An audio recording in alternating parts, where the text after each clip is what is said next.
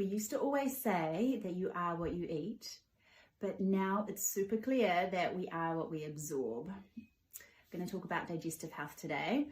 Welcome to Healthy Families with the Natural Parent. I'm Annaliese Jones and I'm a naturopath and medical herbalist.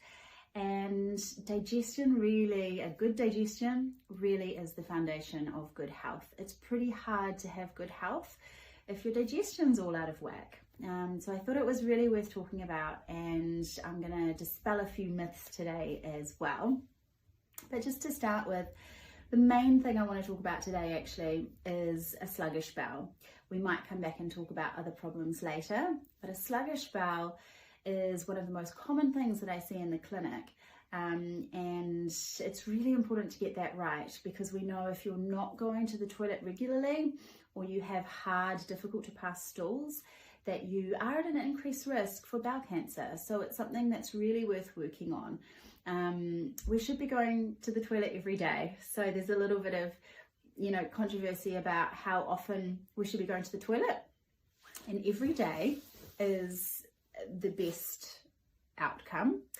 When you think about how, putting 3 meals into your digestive tract and then having that sit there for more than 24 hours, that's going to start to ferment and cause some bloating and problems. Actually, behind me, you can probably see a really cool poster of the digestive system.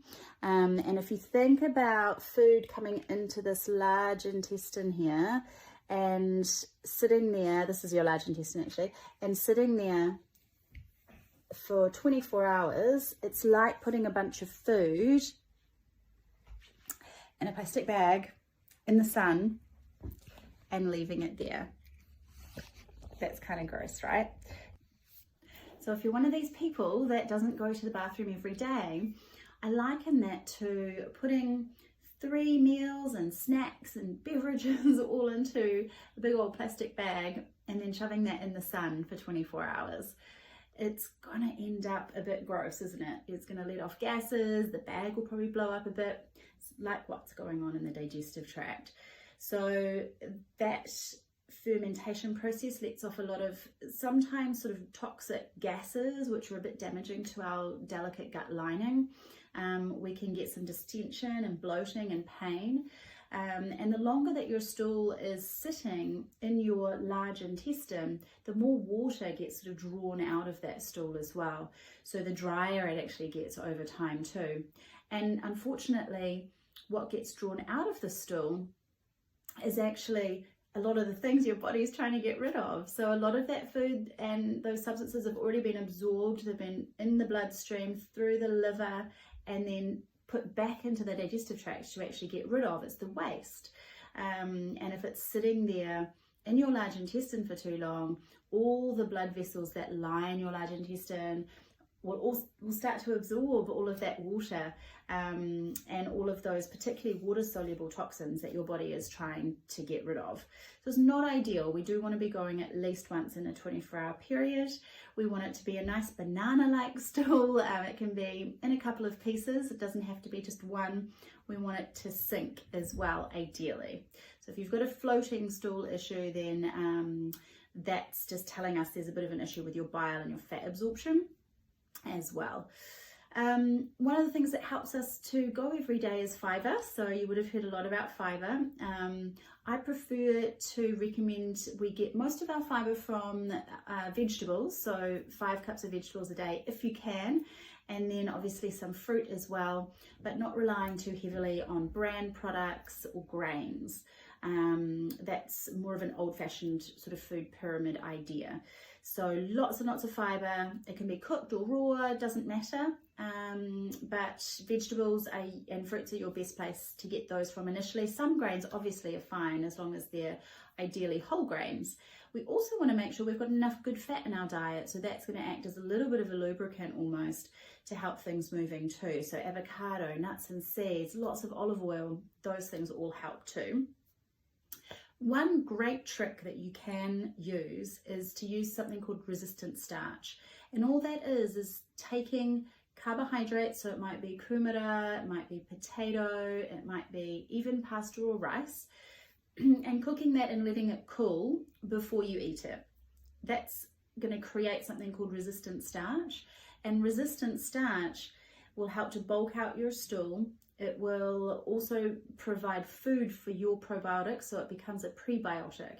And a lot of our resistant starch will turn into something called butyric acid, which is a really good food for our own endemic gut bacteria. So you can reheat the starch, the carbohydrates. So if you do a big tray bake of veggies and then eat them sort of through the week, or if you have leftover rice or pasta, that kind of thing, or potatoes for your lunch the next day or to add to your dinner, that's going to create resistant starch. 40% of the starch thereabouts becomes resistant when we do that. So that's a really good tip. That's great for gut health and for your microbiome as well. Water, obviously, 8 cups or 2 litres goes without saying. It might be that you need some probiotics. So something to consider. If you've had antibiotics or a tummy bug, or you're on the pill, or you're drinking alcohol regularly, all of those things can mess up your microbiome a little bit, and it's definitely worth taking a good fridge probiotic in that case as well. You shouldn't have to take probiotics all the time though, so that's one of the myths. A lot of people come into the clinic and they just think, oh, I'll just take it as like a gut multi type of thing, but no, you shouldn't have to. A probiotic in a good gut and a healthy gut will actually adhere to the gut lining, and it will start to populate from there. So it's like a starting sort of booster for us, but we shouldn't have to take it all the time. If we do, then the probiotic's not quite right for us, or we need to do some gut work first.